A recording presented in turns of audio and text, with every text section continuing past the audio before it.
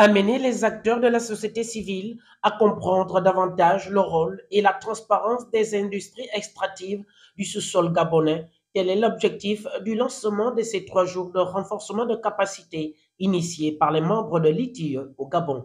Le renforcement de capacité de la société civile dans la mise en œuvre de l'ITIE découle du rôle capital que la société civile joue dans cette initiative qui vise, comme vous le savez, à améliorer la gouvernance des ressources naturelles, notamment les ressources extractives, le pétrole, le manganèse, l'or, le diamant, bref, euh, et bien sûr le gaz. L'expert, le docteur Gilbert Maoundonoji, donne ici la particularité de cet atelier de formation.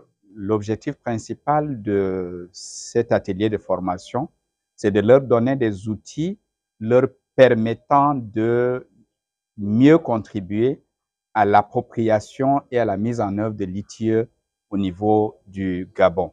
L'appropriation passe par la maîtrise des exigences de la norme et dans ce sens-là, l'atelier est articulé autour de 2 des 7 exigences de la norme ITIE.